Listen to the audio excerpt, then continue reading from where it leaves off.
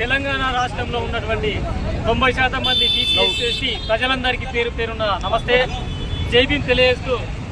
ఈ తెలంగాణ రాష్ట్రంలో BC SC ST JAC ఆధ్వర్యంలో ఏప్రిల్ 14 నుంచి 1,00,000 కిలోమీటర్ల రథయాత్ర కార్యక్రమాన్ని డాక్టర్ విశారద మహారాజ్ గారి రథయాత్ర కార్యక్రమాన్ని నిర్వహిస్తూ మరి అనేక జిల్లాలలో ఉన్నటువంటి పేద ప్రజలు ఎవరైతే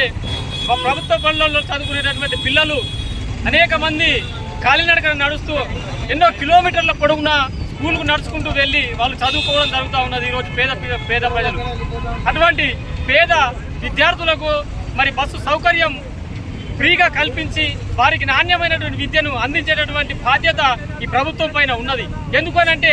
ఈరోజు మరి ప్రైవేటు మరియు కార్పొరేట్ స్కూళ్ళు ఏ విధంగానైతే ఇంటికి వచ్చి ఆ విద్యార్థిని తీసుకుపోయి మరి ఆ స్కూల్లో చదివించి సాయంత్రం మళ్ళీ తీసుకొచ్చి ఇంటి దగ్గర వదిలేసేటటువంటి ఒక సౌకర్యాన్ని కల్పిస్తూ ఉన్నదో అదేవిధంగా పేద ప్రజలు పేద పిల్లలు ఎవరైతే ప్రభుత్వ బడులలో చదువుతూ ఉన్నారో వీరందరికీ ప్రభుత్వం వెంటనే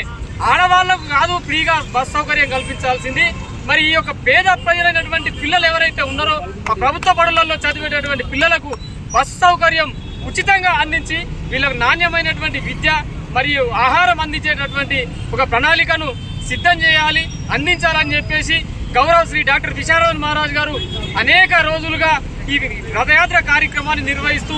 చూసినటువంటి వారి యొక్క క్షేత్రంలో చూసినటువంటి ఈ విషయాన్ని ప్రభుత్వ దృష్టికి తీసుకొస్తూ మరి అనేక సార్లు కలెక్టర్ గారికి రిప్రజెంటేషన్ కూడా ఇవ్వడం జరిగింది. మరి దానిపైన ఎటువంటి స్పందన లేకపోవడం వల్ల ఈరోజు రాష్ట్ర వ్యాప్తంగా ప్రతి జిల్లా కేంద్రాలలో మరి ఈరోజు నిజామాబాద్ జిల్లా కేంద్రంలో కూడా